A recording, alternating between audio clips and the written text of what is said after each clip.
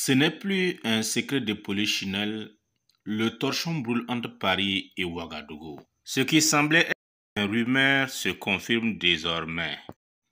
Selon Ouagadougou, la France doit retirer sa base militaire, les forces spéciales de l'opération Sabre stationnées à Ouagadougou sur la base de Kombouensin.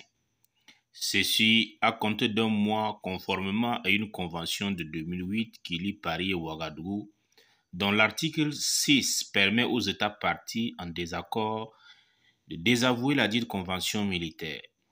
C'est sur la base de cet article 6 que Ouagadougou, au travers le ministère des Affaires étrangères, qui l'a désavoué et que le désaveu a été prononcé. Les militaires français doivent quitter Ouagadougou dans un délai de 30 jours à compter de ce début du mois de janvier.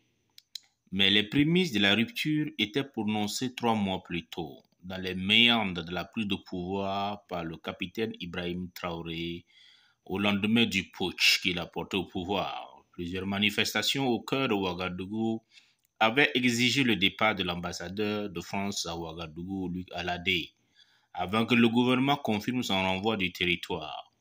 Mais il est connu que depuis octobre 2022, Paris et Ouagadougou se regardaient en chien de faïence, alors que les manifestants exigeaient la coopération avec la Russie.